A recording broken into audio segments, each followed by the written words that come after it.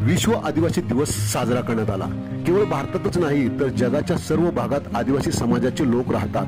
त्यांची जीवनशैली, खाण्यापिण्याची सवयी, चालीरीती इत्यादी सामान्य लोकांपेक्षा भिन्न असतात। समाजाच्या मुख्य प्रवाहापासून दूर गेल्याने ते मागे पडले आहेत। या कारणास्तव भारतासह अनेक देशांमध्ये त्यांच्या उन्नतीसाठी, त्यांचा प्रचार करण्यासाठी आणि त्यांच्या हक्कांकडे लक्ष वेधण्यासाठी अनेक प्रकारचे कार्यक्रम राबवले जातात। या भागामध्ये संयुक्त राष्ट्र महासभेने 1994 हे पहिल्यांदा आदिवासींचे आंतरराष्ट्रीय वर्ष म्हणून घोषित केले। तेव्हापासून दरवर्षी हा 9 ऑगस्ट रोजी साजरा केला जातो। म्हणून या दिवशी विश्व आदिवासी दिवस म्हणून साजरा करण्यात येतो। पालघर जिल्ह्यातील सर्वत्रच विश्व आदिवासी दिवस साजरा करण्यात आला।